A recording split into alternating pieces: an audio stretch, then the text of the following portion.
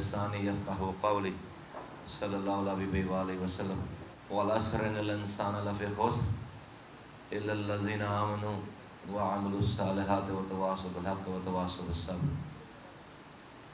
اللہ تعالیٰ قرآن میں فرما رہے ہیں جس کا مفہوم ہے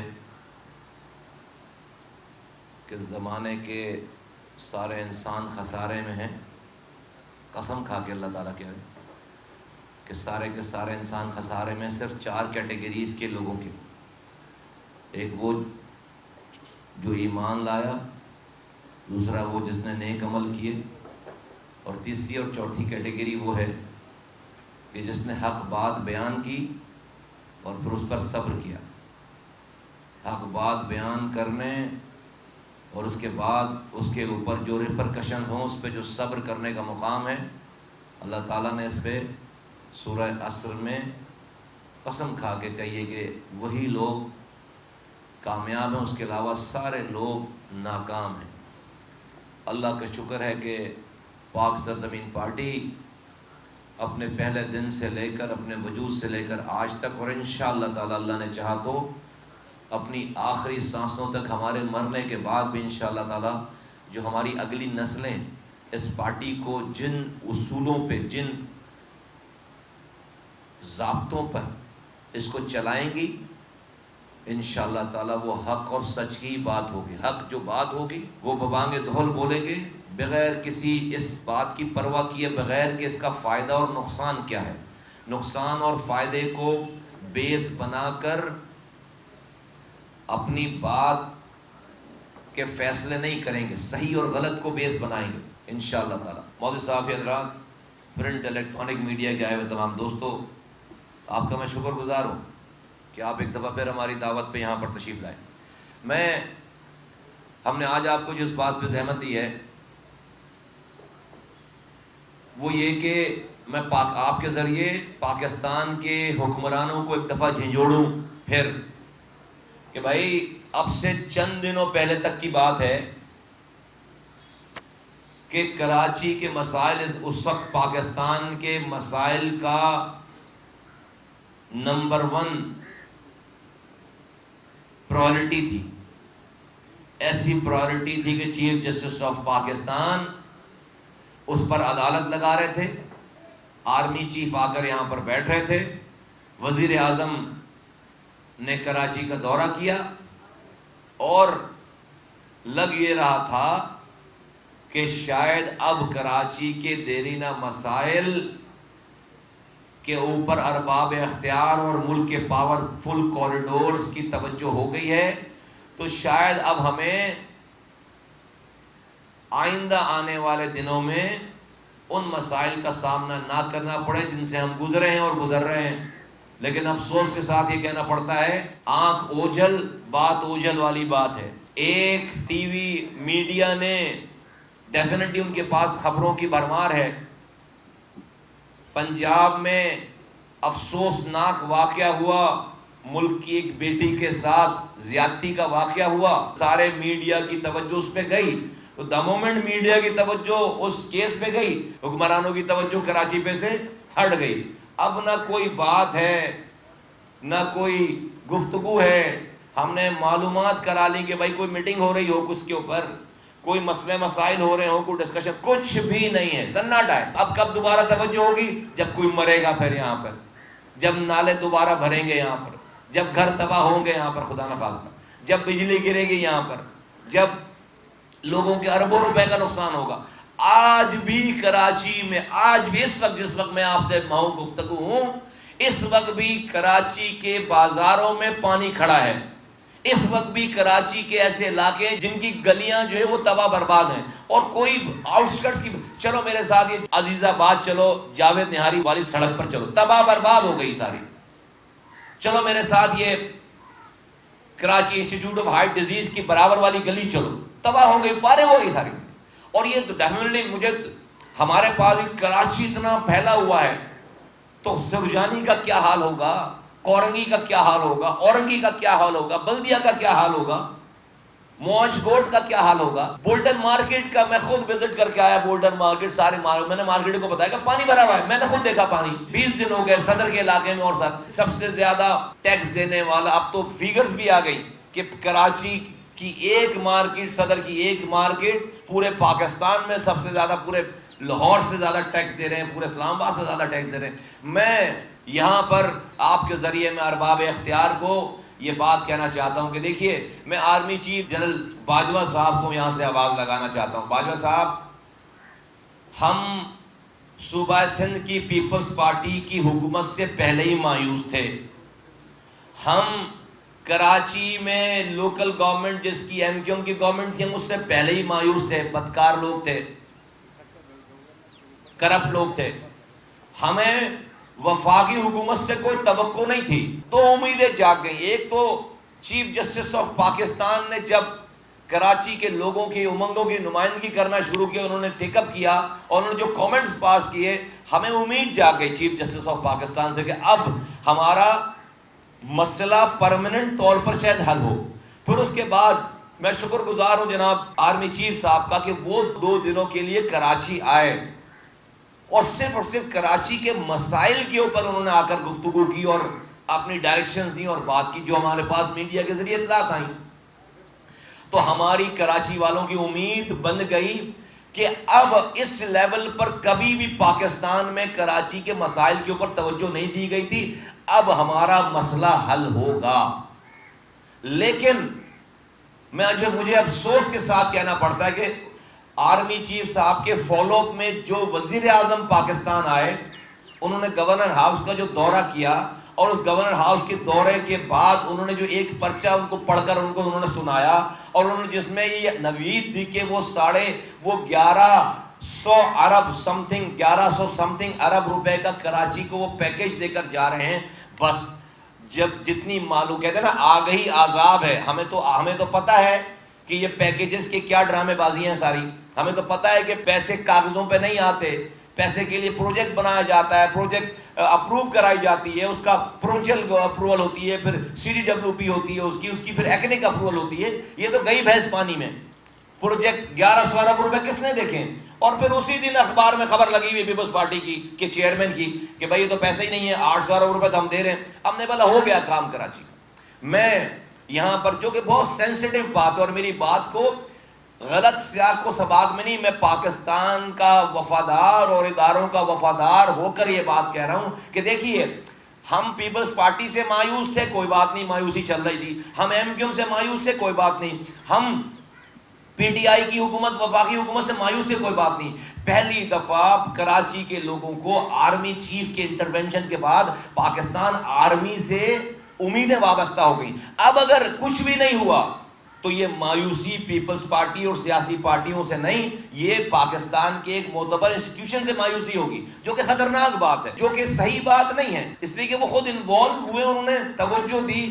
میں یہ کہنا چاہتا ہوں کہ ابھی بھی دیر نہیں ہوئی ہے، خدا را جس جذبے کے تحت آپ انوالو ہوئے تھے اور آپ نے بجا فرمایا تھا کہ کراچی اگر نہیں بنے گا تو ملک نہیں بنے گا، کراچی اگر تباہ ہوگا تو ملک تباہ ہوگا، کراچی بیک بون ہے پاکستان کی اکانومی کی، آپ اس کو خدا را ادھورا نہ چھوڑیں ان لوگوں کے اوپر۔ اگر یہی پروونشل گورنمنٹ والوں نے کرنا ہوتا، یہی لوکل گورنمنٹ والوں نے کرنا ہوتا، یہی وفاقی حکومت والوں نے کرنا ہوتا تو جناب یہ نوبت ہی نہیں آتی، سب تو اپنی اپنی جگہ موجود ہیں۔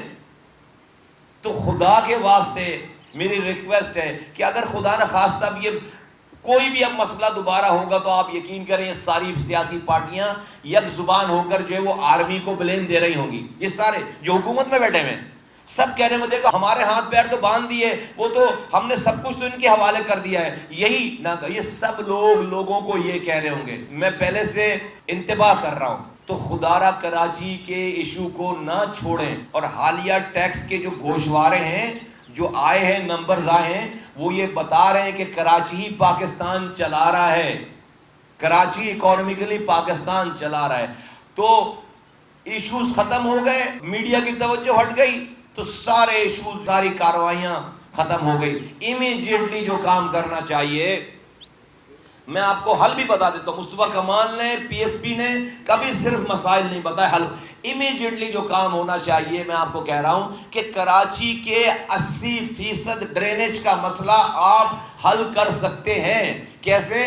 3 نالے ہیں، گجر نالا، اورنگی نالا اور محمود آباد نالے کو اپنی اوریجنل وڈتھ پہ اور اپنی اوریجنل ڈیپتھ پہ لے آئیں.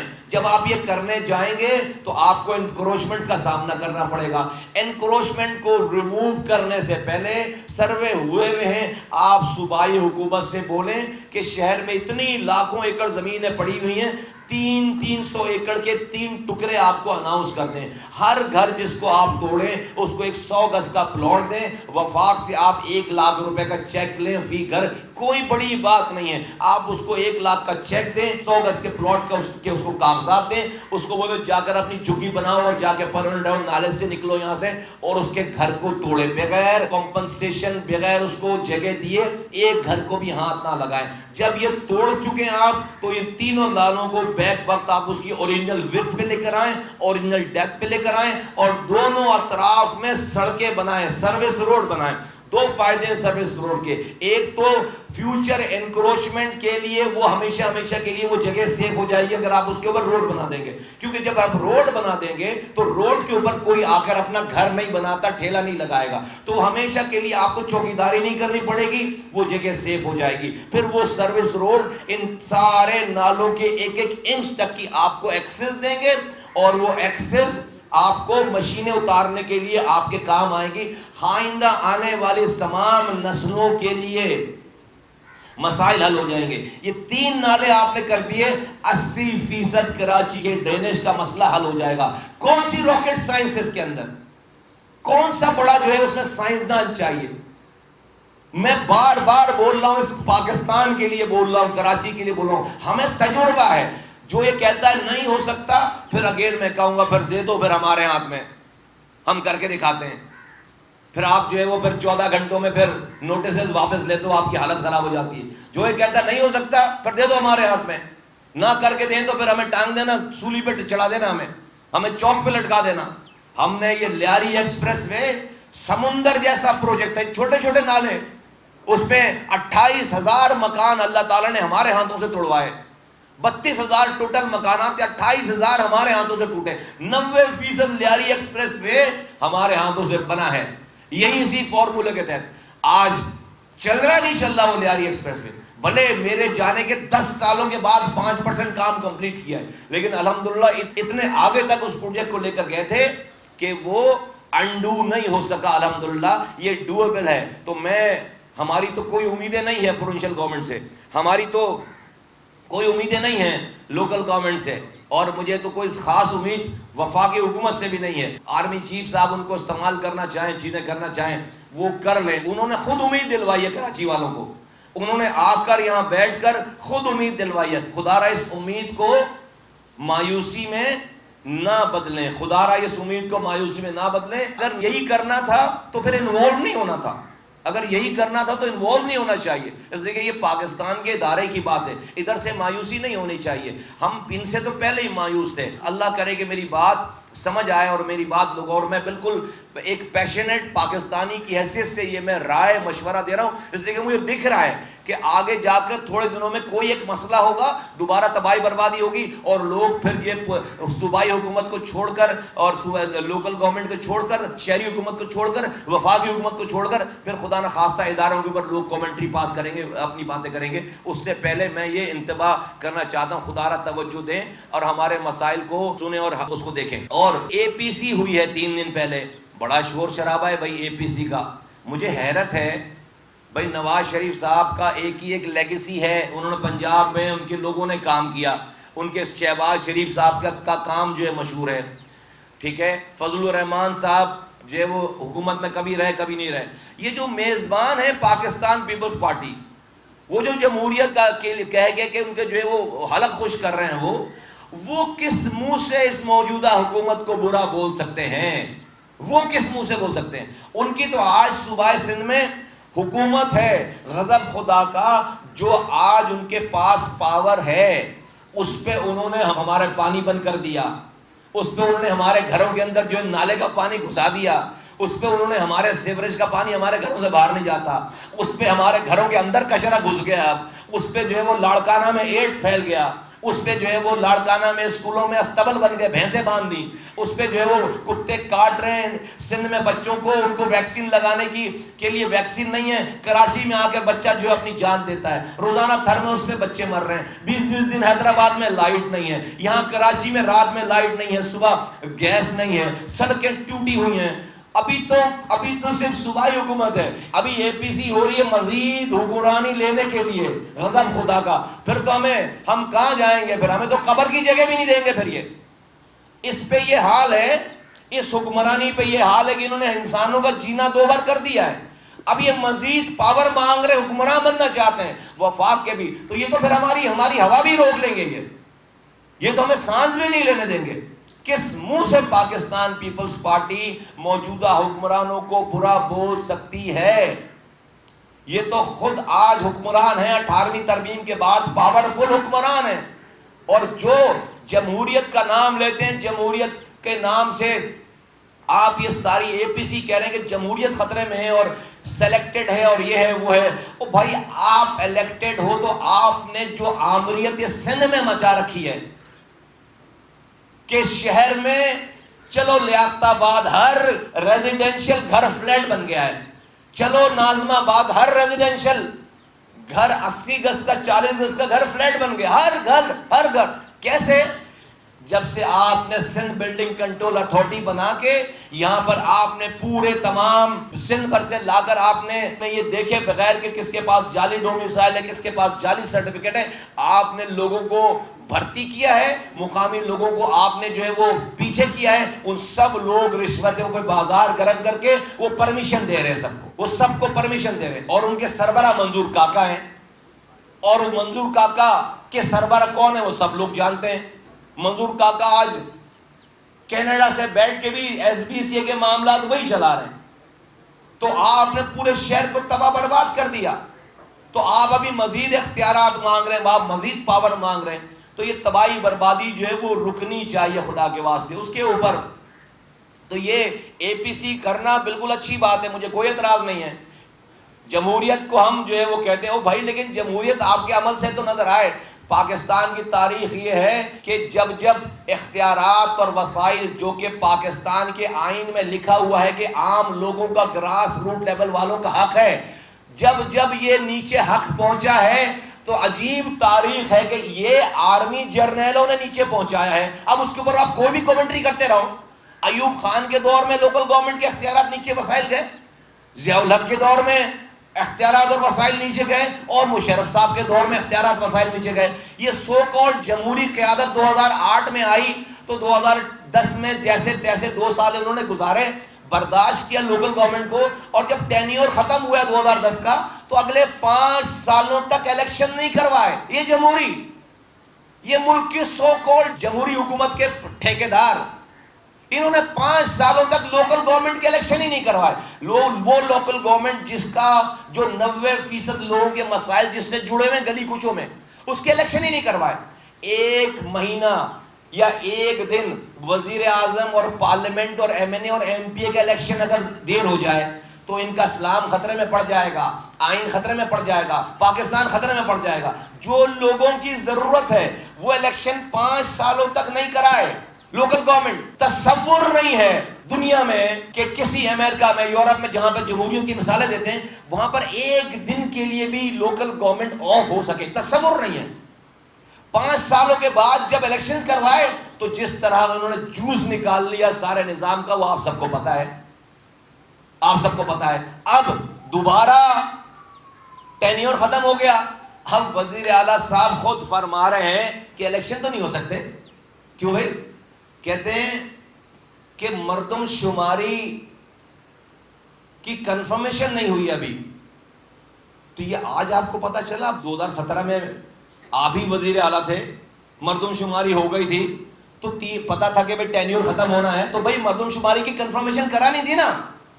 انتظار کر رہے تھے کہ لوکل گورنمنٹ کا ٹائم ختم ہو اور یہ والا جواب پیش کریں گے، اس لیے حلقہ بندی نہیں ہو سکتی کہتے ہیں۔ اور سونے پہ سہاگا کے الیکشن کمیشن نے بھی ان کی یہ بات جو ہے وہ مان لی، اب گئی بھینس پانی میں۔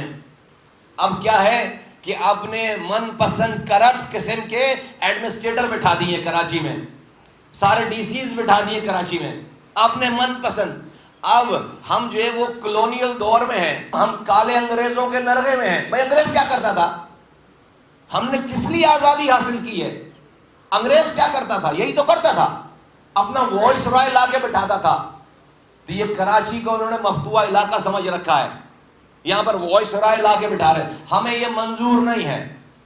یہ پاکستان کو، میں پاکستان کے اداروں کو، جوڈیشری کو، آرمی کو، میڈیا کو، پاکستان کے وزیر اعظم کو کہہ رہا ہوں کہ یہ پیپلز پارٹی کراچی کو تباہ کر کے ملک کو تباہ کر رہی ہے. نوٹس لیجئے، یہ ٹھیک بات نہیں ہے. لاوا پکڑا ہے یہاں پہ، یہ ٹھیک بات نہیں ہے. اب آپ ایڈمنسٹریٹروں سے 4 سال 3-4 سال تک کھینچو گے، آپ الیکشن نہیں کراؤ گے. اس لیے کہ پتا ہے کہ آپ الیکشن کیوں نہیں کراؤ گے؟ اس لیے کہ پتا ہے کہ آپ نے کوئی ایسا کام نہیں کیا ہے کہ جہاں سے لوگ آپ کو یہ مینڈیٹ دیں کراچی کا. تو آپ ایڈمنسٹریٹرز کے ذریعے شہر کو قبضہ کرنا چاہتے ہو، اس کو کنٹرول کرنا چاہتے ہو. ہمیں یہ منظور نہیں ہے، کراچی کے لوگوں کو یہ منظور نہیں ہے. ہم یہ مطالبہ کرتے ہیں کچھ بھی کر کے، جس طرح سے نیشنل گورنمنٹ کے الیکشن کرائے گئے تھے، سپریم کورٹ جو ہے وہ انوالو ہو، نوٹس لے اور کوئی ارینجمنٹ کر کے فوراً سے پیشتر الیکشن کا اعلان کیا جائے. یہ اس ایڈمنسٹریٹروں سے سال تک، ان کرپٹ ایڈمنسٹریٹروں سے اس شہر کو تباہی بربادی سے بچایا جائے، تب شہر کو مزید تباہ برباد ہونے سے بچایا جائے. اور دیکھو، میں ببانگے دول یہ بات کہہ رہا ہوں کہ حیدرآباد کے مہاجروں کے گڑھ میں کھڑے ہو کر، ناظم آباد، لیاقت آباد کے مہاجروں کے گڑھ میں کھڑے ہو کر میں یہ ببانگ، اور پھر لاڑکانہ میں جا کے سندھیوں کے بھی بیچ میں، لیکن امپورٹنٹ یہ کہ مہاجروں کے گڑھ میں کھڑے ہو کر میں یہ کہہ چکا ہوں کہ یہ سندھی ہمارے بھائی ہیں، آج کے دور کے انصار ہیں. میں آج بھی اپنی اس بات کو سٹینڈ کرتا ہوں، میں قائم ہوں، مجھے رت اور آخری سانسوں تک قائم رہوں گا. یہ سندھی ہمارے بھائی ہیں، ہمارے آج کے دور کے انصار ہیں. لیکن یہ پاکستان پیپلز پارٹی مہاجروں سے تعصب کر رہی ہے، مہاجروں کے ساتھ ظلم کر رہی ہے. زبان کی بنیاد پر، نسل کی بنیاد پر تعصب کی بنا پر نیا ڈسٹرکٹ بنایا ہے، تعصب کی بنا پر اداروں کو کنٹرول کیا ہے، تعصب کی بنا پر روزگار میں کوٹا ہونے کے باوجود جعلی ڈومیسائل پہ لوگوں کو روزگار دیے. تعصب یہ سندھی نہیں کر رہا، اس کو بھی مار چکے ہیں کشمور سے لے کر کراچی تک. چند ہزار نوکریاں دینے سے سندھیوں کا بھلا نہیں ہو گیا، سندھی امیر نہیں ہو گیا. چلو چل کے دیکھنی ہے غربت کیسے ماں ایک وقت کی روٹی کے لیے اپنے بچوں کے لیے تڑپ رہی ہے. چلو چل کے دیکھو، جہاں سے کتے پانی پی رہے ہیں، جانور پانی پی رہے ہیں، وہاں سے سندھ کی میری ماں بہن بیٹیاں جا کر جو ہے وہ بارشوں کے پانی کو جمع کر کے لے کر آ کر پانی پلا رہی ہیں. چلو چل کے دیکھو اسپتال اور اسکول کیسے جو ہے وہ ہسپتال اور بھینس کے باڑوں میں کنورٹ ہو گئے. تو سندھیوں کے ساتھ بھی ظلم یہ پیپلز پارٹی کر چکی. وہ بیچارے اپنے اس حالات کو اپنی مقدر کی قسمت کا فیصلہ سمجھ کر گزار رہے تھے. اور یہ اب پچھلے 12 سالوں سے یہ بالکل مجھے کوئی آر نہیں ہے، چونکہ میں منافق آدمی نہیں ہوں تو اس لیے مجھے اس بات میں آر نہیں ہے کہ یہ پیورلی مہاجر ٹارگیٹڈ ہے. پیپلز پارٹی کا سارا عمل مہاجر ٹارگیٹڈ، اگینسٹ مہاجر ٹارگیٹڈ ہے. اور اس کی وجہ سے پیپلز پارٹی کے اس اقدام، اس نے 2.5 لاکھ آپ نے نوکری دی، ایک آدمی شہر کا نہیں ہے. مجھے ٹریفک پولیس والا روکے، وہ شہر کا نہیں ہے. میں FIR کٹوانے جاؤں تھانے میں، وہ شہر کا نہیں ہے. مجھے بلڈنگ کنٹرول والا آ کر مجھ سے رشوت مانگ رہا ہے، وہ شہر کا نہیں ہے. او بابا، غضب خدا کا، یہ پاکستان کی خدمت نہیں ہے، یہ سندھیوں کی خدمت نہیں ہے. آپ سندھیوں کا نام لے کر آپ ان کا بھی استحصال کر رہے ہو اور آپ ان کا نام لے کر دوسروں کا بھی استحصال کر رہے ہو. تو میں بہت کلیئر ہوں اس والی بات میں کہ یہ پاکستان پیپلز پارٹی کے مذموم اقدامات ہیں. اس کا فائدہ کون اٹھا رہا ہے؟ مہاجروں کے ٹھیکیدار، سو کالڈ. اس کا فائدہ کون اٹھا رہا ہے؟ ان کے اس عمل کا فائدہ کون اٹھا رہا ہے؟ جو مہاجر نام پر سیاست کر رہے ہیں. ان کو جیک پاٹ ہٹ ہو گیا ہے. کوئی تمام یہ جو MKM والے ہیں وہ اس پیپلز پارٹی کی مہاجر دشمنی پالیسی کو لے کر اب لوگوں کے پاس جا رہے ہیں. کہہ رہے ہیں مہاجروں ہماری کرپشن بھول جاؤ کہ ہمارے پاس جو تھا ہم نے اس کا بیڑا غرق کیا یہ بھول جاؤ, ہم نے کرپشن کی بھول جاؤ, ہم 2 پٹیوں کی چپلوں میں آئے تھے آج بلینر بن گئے ہیں, ہم KKF سے 25,000 روپے ماہانہ لے کر جو ہے وہ اپنے اخراجات چلاتے تھے, آج ہم جو ہے وہ بڑے لینڈ لارڈ بن گئے ہیں. یہ سب بھول جاؤ. آؤ پیپلز پارٹی کے تعصب سے بچنے کے لیے نیا صوبہ بناتے ہیں. یہ لالی پاپ دے رہے ہیں, نیا صوبہ بناتے ہیں. وہ نئے صوبے کے نعرے کے پیچھے یہ مہاجروں کے نام پر کرنے والے سیاست کرنے والے لوگ یہ اس کے پیچھے چھپنا چاہ رہے ہیں تاکہ ان کی ساری کرپشن ساری بددیانتی چھپ جائے. اچھا بھائی آ جاؤ ذرا ڈسکس کر لیتے ہیں صوبہ کیسے بنے گا. صوبہ تو آئینی طور پر ایسے بن سکتا ہے کہ صوبہ سندھ کی اسمبلی میں 2/3 اکثریت ہو. ہے ان کے پاس ہے کہ MQ والوں کے پاس, وہ تو نہیں ہے.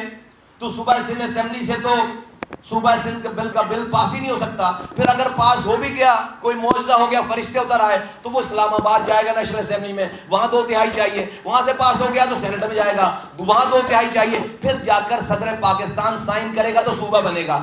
آج تک انہوں نے 32 سالوں میں آفیشلی سندھ اسمبلی میں مہاجر صوبے کے لیے ایک تقریر تک نہیں کی ہے.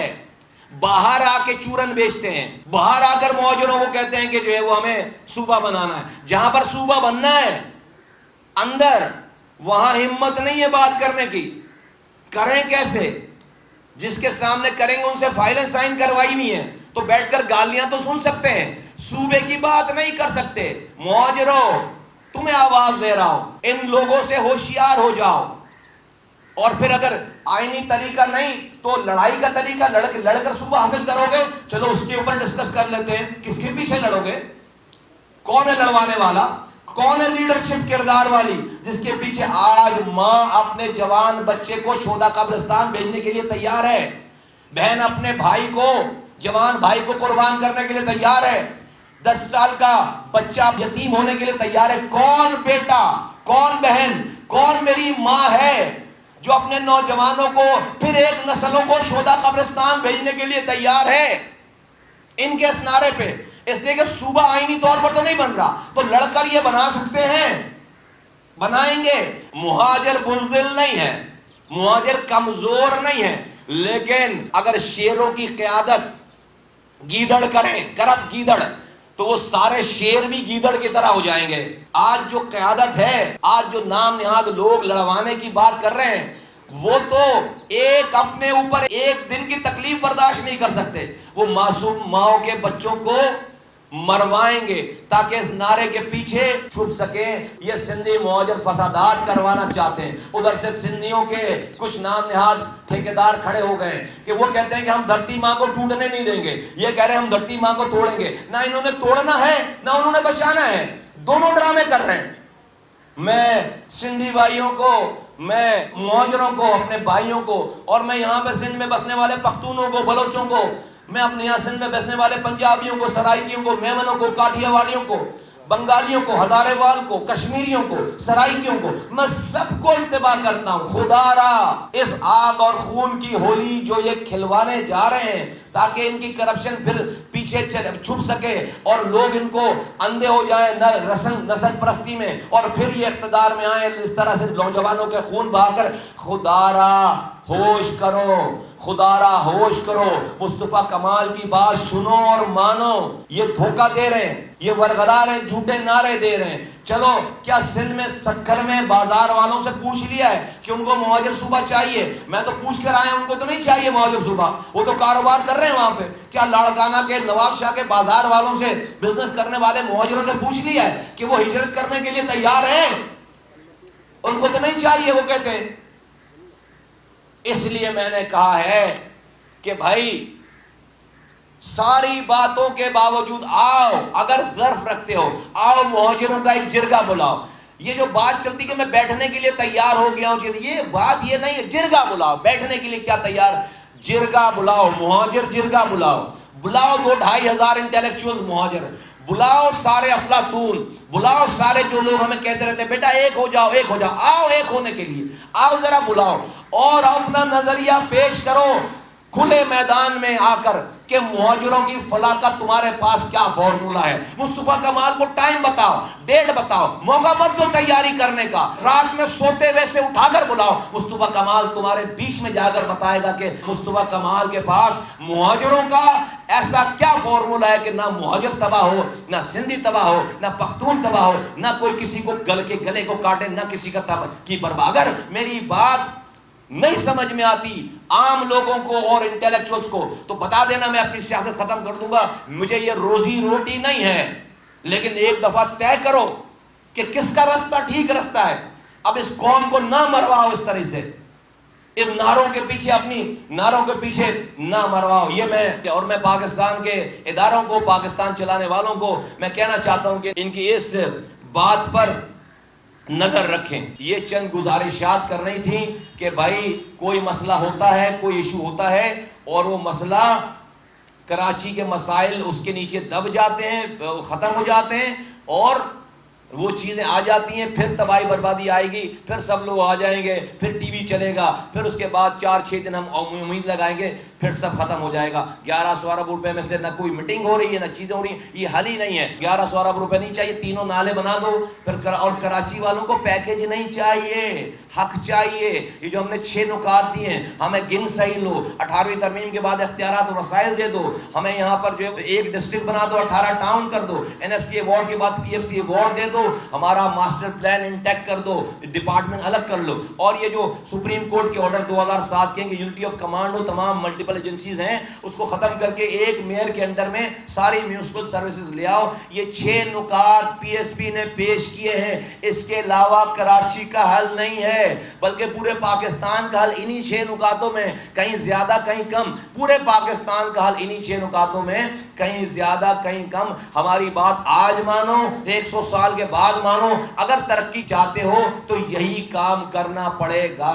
اگر ترقی چاہتے ہو تو یہ کام کرنا پڑے گا. یہ اس کا حل ہے اور ہم نے حل بتا دیا. کراچی اتنے پیسے جنریٹ کر سکتا ہے. ہمیں پیکیج دینے والے سے مراد, ہمیں پیکیج دینا ایسے ہی ہے جیسے ہمارے مہینے بھر کی تنخواہ کوئی چھین لے ہم سے اور اس کے بعد کسی خیراتی ادارے سے لا کر بریانی کی 2 پیکٹ دے دے ہمیں کہ یہ لو, یہ کھا کر اپنا پیٹ پالو, اور تصویر بھی کھنچوائے, تنخواہ بھی چھین لے اور پھر خیراتی ادارے سے بریانی کی تھیلی دیتے ہوئے تصویر بھی کھنچائے کہ دیکھو ہم کتنی مدد کر رہے ہیں, ہم کھانا دے رہے ہیں. ارے بھائی میری تنخواہ دے دو, مجھے کھانا میں خود لے لوں گا, تمہیں بھی کھلا دوں گا یار, اور کھلا رہا ہوں. کراچی کھلا رہا ہے, پورے پاکستان کو کھانا کھلا رہا ہے.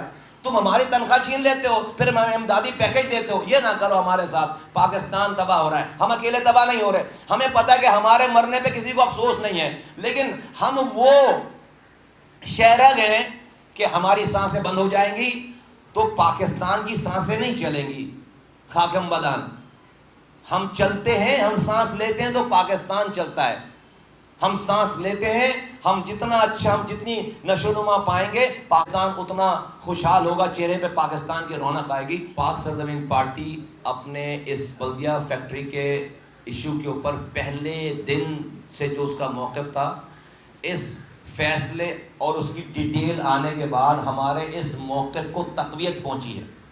پہلے تو ہمیں یہ نہیں پتا تھا کہ کتنے ثبوت و شواہد ہیں. اب جب سارے ثبوت و شواہد عدالت کے پاس آ گئے تو پتہ چلا کہ بھائی پورا کیس, پورے اس سانحے کا آئی وٹنس ایک آدمی ہے جو چرسی ہے, جو چرس پینے والا ہے. ایک ہے آدمی, وہ خود اپنے وٹنس میں ریکارڈ پہ بتا رہا ہے, اپنے بیان میں جہاں پر 300 لوگوں کی زندگیوں کا فیصلہ ہو رہا ہے کہ ان کو کس نے مارا, وہاں وہ بتا رہا ہے کہ شام 6 بجے میری آنکھ کھلی فون پہ تو مجھے یاد آیا کہ زبیر چریا, جس کا نام لکھا ہوا زبیر, نے مجھے چرس پینے کے لیے نیچے بیسمنٹ میں بلایا تھا. یہ لکھ رہا ہے, وہ لکھوا رہا ہے عدالت کے سامنے, اور میں اس کے ساتھ پھر نیچے چرس پینے چلا گیا. یہ وہ لکھوا رہا ہے, یہ میں نہیں کہہ رہا.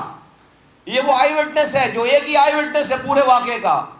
نیچے چلا گیا, کہہ رہا میں نے چرس کی سگریٹ پی, 4 لوگ اور تھے وہاں پر زبیر کے ساتھ. پھر میں چرس پی کر جب اوپر آیا ہوں تو میں نے اوپر سے دیکھا جھانک کر کہ زبیر اور اس کے ساتھ جو 4 لوگ تھے وہ کوئی کیمیکل پھینک رہے تھے. چرس پیا ہوا آدمی, اب اس کو پتہ نہیں 1 کے 4 نظر آ رہے ہیں, 4 کا 1 نظر آ رہا, نہیں پتا. وہ کہہ رہا میں نے چرس پی ہے. اس میں وہ بتا رہا ہے کہ جب میں نیچے گیا ہوں تو اس میں 3 بلوچ اور 1 مہاجر تھا جو زبیر کے ساتھ تھے. تو وہ انہوں نے پھر وہ اپنے ہی بیان میں وہ اس نے 3 جگہ بتایا کہ وہاں سے سارے دروازے بند تھے, لیکن زبیر اس کو کہیں اور بھی ملا, کچن میں ملا, پھر دروازے کے دوسری طرف بھی ملا. بھائی جب دروازہ بند تھا دوسری طرف زبیر کیسے چلا گیا؟ اپنی بات میں 3 دفعہ. ایک پوائنٹ یہ. دوسرا پوائنٹ یہ کہ بھائی وہ جو زبیر کو اور بھولے کو سزائے موت ہوئی ہے, تو یہ جو آئی وٹنس بتا رہا ہے کہ زبیر کے ساتھ 4 لوگ اور تھے, وہ کہاں گئے؟ وہ کہاں غائب ہو گئے؟ اس کا کوئی فیصلے میں ذکر ہی نہیں ہے. وہ زبیر, یہ جو آئی وٹنس یہ بتا رہا ہے نا کہ بھئی زبیر اس کے ساتھ 4 لوگ اور تھے جو کیمیکل پھینک رہے تھے, تو وہ 4 لوگ اور کہاں گئے؟ دوسری بات. تیسری بات یہ کہ اس بلدیہ فیکٹری کی انٹری ایگزٹ ایک گیٹ سے تھی, ایک گیٹ. اس گیٹ کے اوپر کیمرہ لگا ہوا ہے اور 4 گن مین بیٹھے تھے, 4 چوکیدار نہیں ڈنڈا لے کے, گن مین گنوں کے ساتھ وہ بیٹھے تھے. وہاں پر ایک رجسٹر پڑا ہوا تھا. یہ سب وہ باتیں بتا رہا ہوں جو کہ عدالت کے سامنے پیش کی گئی ہیں ساری باتیں. اس رجسٹر پر ہر آنے والے کا نام لکھا جاتا تھا اور اس فیکٹری میں وہ جس سے ملنے آیا اس کا نام لکھا جاتا تھا. اب سب سے بڑا کوئی آئی وٹنس ہوتا, جو وٹنس ہوتا, وہ 4 گن مین ہوتے جو اس گیٹ پر موجود تھے, اور وہ ان سے پوچھ لیا جاتا کہ بھئی اندر کون گیا اور باہر کون آیا, کون آگ لگانے آیا. تو چونکہ پتا ہے کہ کوئی آگ لگانے آئے ہی نہیں, تو ہمارے کرم فرماؤں نے ان بیچارے 65 سال کی عمر کے گن مینوں کو, چوکیداروں کو, 4 میں سے 3 پختون ہیں اور وہ ایم کیو ایم کے رکھائے ہوئے نہیں ہیں, وہ بھولے کے رکھوائے ہوئے نہیں ہیں, وہ انہی مالکوں کے 30 سال پرانے ملازمین ہیں. ان کو انہوں نے وٹنس کے بجائے ان کو انہوں نے سہولت کار بنا دیا, انہوں نے اس کو مرکزی سہولت کار بنا دیا. اگر وہ وٹنس ہوتے تو وہ بتاتے کہ بھائی کوئی بندہ آیا ہے نہیں آیا. انہوں نے اس لیے کہ ان کو سہولت کار بنائے بغیر ان 2 لوگوں کو سزائے موت کی سزا ہو نہیں سکتی تھی. تو میرے پاس اتنا یہ سینسٹیو ایشو ہے کہ اس کے اوپر بات کرنے سے پہلے میں دعا مانگتا ہوں باقاعدہ کہ اللہ تعالیٰ مجھ سے کوئی غلط بات نہ ہو, ناحق بات نہ ہو, کیونکہ معصوم لوگوں کا خون شامل ہے. میرا سگا بھائی بھی خدا نہ خواستہ اس جرم میں انوالو ہوتا, میں کہتا جلا دو اس کو, شاید اس کے جلنے کی وجہ سے اس کی قبر اور اس کے آخرت میں شاید اس کی آگ کم ہو جائے. میں کیوں اپنے آپ کو بدنام کروں گا؟ کوئی بھی سزا پانے والا, کوئی بھی اشتہاری قرار پانے والا نہ تو میرا رشتہ دار ہے, نہ میرا دوست ہے, نہ میری پارٹی کا کارکن ہے. ہم تو بہت آسانی سے جان چھڑا سکتے ہیں, لیکن کیا میں اللہ کو یہ کہہ سکتا ہوں مرنے کے بعد کہ اللہ مجھے تو نہیں پتا تھی بات؟ اللہ کو پتا ہے کہ مجھے پتا تھی, میں جانتا ہوں ان کو. اللہ کو پتا ہے کہ مجھے پتا ہے کہ میں یہ نہیں ہوا یہ کام, اللہ کو تو پتا ہے. تو میرا رب مجھ سے پوچھے گا کہ تو اس زمانے میں زندہ تھا جب یہ سب کچھ ہو رہی تھی. اور غضب خدا کا کیا امتحان میں ڈال دیا مجھے میرے رب نے کہ پورا پاکستان یک زبان ہو کر کہہ رہا ہے کہ یہ قاتل ہے. میں بول رہا ہوں نہیں ہے, میں بول رہا ہوں نہیں ہے. اور انشاءاللہ تعالیٰ میرے رب نے آج تک مجھے رسوا نہیں کیا ہے. مصطفیٰ کمالی سرخرو ہوا ہے آج تک, اور انشاءاللہ تعالیٰ آئندہ اس بات میں بھی سرخرو ہوگا. دیکھنا میرا رب ایسے حالات بنائے گا کہ یہ لوگ منہ چھپاتے پھریں گے جن لوگوں نے یہ غلط پروپیگنڈا کیا ہے. 280 لوگوں کا مرنا ظلم ہے, اس سے بڑا ظلم ہے کسی کے اوپر غلط الزام لگا دو 280 لوگوں کا. اور ایک سیاسی پارٹی جن کے یہ کارکنان ہیں وہ دھڑا دھڑ بیان ٹھوک رہی ہے کہ اللہ کا شکر ہے ہم مطمئن ہو گئے اس فیصلے سے, اللہ کا شکر ہے کہ ہم مطمئن ہو گئے فیصلے. بغیر تو شرم نہیں آتی؟ تم مہاجروں کے ٹھیکیدار ہو, تم مہاجروں کا مقدمہ لڑو گے. یہ جو سزا موت پانے والے لڑکے مہاجر نہیں ہیں. تم نے ذرا سی کوشش نہیں, تم کو پتا ہے کہ یہ جھوٹا مقدمہ ہے, تم نے ذرا سی اپنی آواز اٹھانے کی کوشش نہیں کی کہ یہ مہاجروں کے اوپر ایک دھبا لگ رہا ہے ہمیشہ کے لیے, کہ مہاجر بھتے کے لیے جو ہے وہ فیکٹریوں میں 280 لوگوں کو جلا دیتے ہیں. کبھی سوچا اس طرح سے تم لوگوں نے؟ کبھی سوچا اس طرح سے؟ تم لوگ مہاجروں کے ٹھیکیدار بنو گے تم. یہ کارکنان نے تمہارے پیچھے شودا قبرستان آباد کر دیا, تم ان کے لیے سچ بولنے کے لیے تیار نہیں ہو. مصطفیٰ کمال کا تو یہ مسئلہ نہیں, آرام سے جان چھوڑا سکتا تھا. میں تو یہ کہہ سکتا تھا کہ ہاں دیکھو اسی لیے تو ہم نے امکان چھوڑی, لیکن نہیں کہہ رہا میں یہ والی بات. جو بات صحیح ہوگی وہ بات صحیح ہوگی, جو بات غلط ہوگی وہ بات غلط ہوگی. مصطفیٰ کمال حق کہے گا اور اس کے نتیجے سے نہیں ڈرے گا، ہمیشہ حق کہے گا۔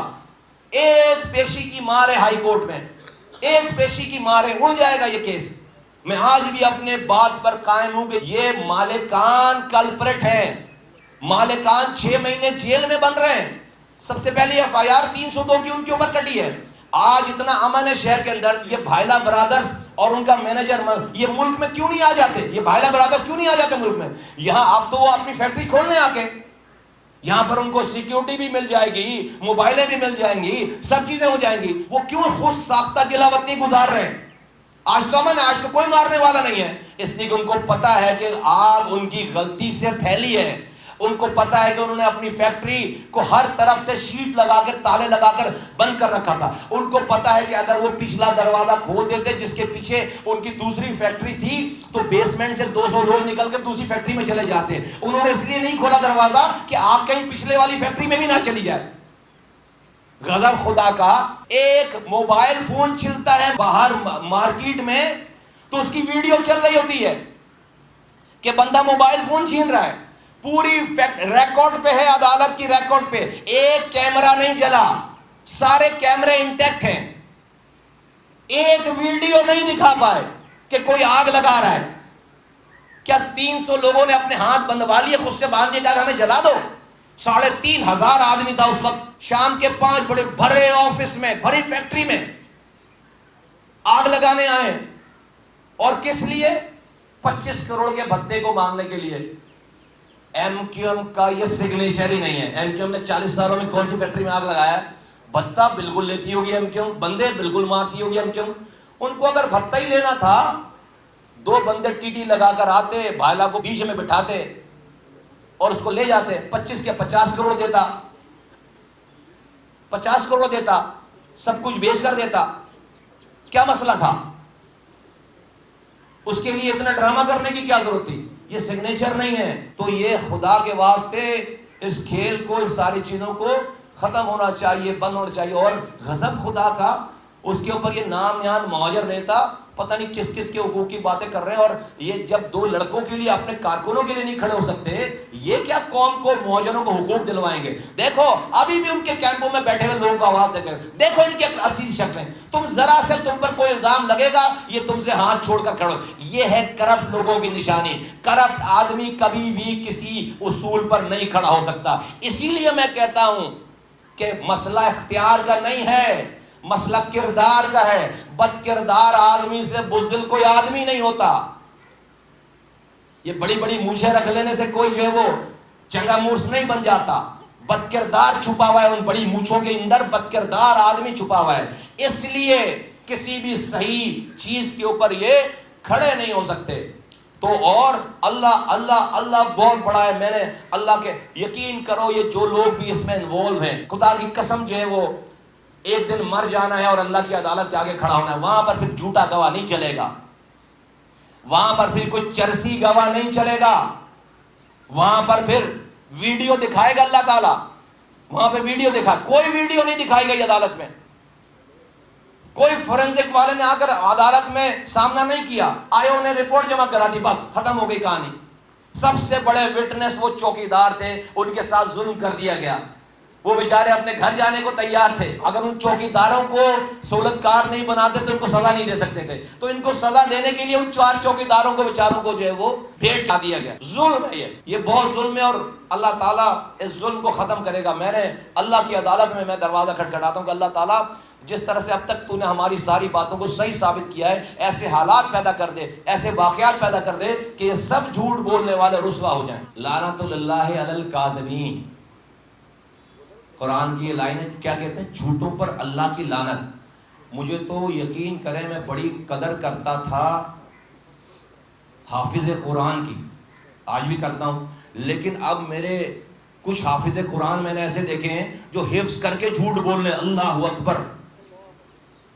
اس سے بڑا منافق کوئی اور آدمی ہو نہیں سکتا جو قرآن کا حافظ ہو اور وہ جھوٹ بولے۔ یار جھوٹ تو ویسے عام آدمی کو بھی نہیں بولنا چاہیے، عام مسلمان کو، لیکن قرآن کا حافظ جھوٹ بولے۔ لعنت اللہ علی الکاذبین، جھوٹوں پر اللہ کی لعنت۔ اس کے علاوہ میرے پاس حافظ قرآن جھوٹ بول رہا ہے، اللہ اکبر، بس دنیا بگتا ہے تباہی ہونے والی ہے۔ نہیں میڈم، میں نے جو ہے وہ اپنی بات جو میں نے پوری اپنی انٹرو میں نے شروع میں جو بات کی ہے، میں اس پہ غیر مطمئن ہوں، اس پہ میں نے 20 منٹ بات کی ہے اور میں بالکل مطمئن نہیں ہوں ساری چیزوں۔ چاند بھائی آپ کے سوال کو پوری کتاب لکھنی پڑ جائے گی، ہم کیسے ان کی حمایت کر سکتے ہیں؟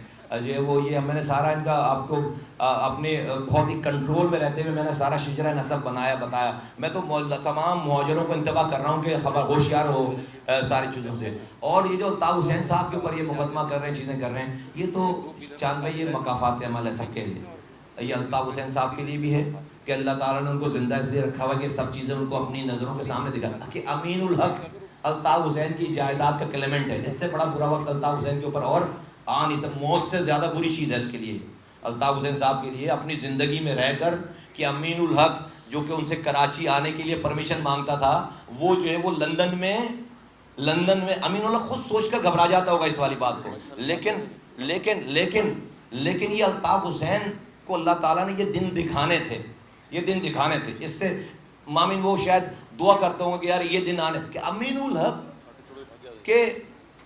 الحق مطلب، تو وہ الطاف حسین شاید یہ دعا کرتے ہوں کہ یار اس سے پہلے مجھے موت کیوں نہیں آ گئی۔ ہم آپ کو پتہ ہے کہ ہر تیسرے دن ہم جو ایک پبلک ریلی کر رہے ہیں اور لوگوں کو موبلائز کر رہے ہیں۔ ہم نے کورنگی میں پبلک ریلی کی، پھر ہم نے حیدرآباد میں پبلک ریلی کی، پھر ہم نے کراچی میں پبلک ریلی کی، اب ہم اس جمعے کو پھر حیدرآباد جا رہے ہیں، پھر اس کے بعد اتوار کو پھر کراچی میں۔ تو یہ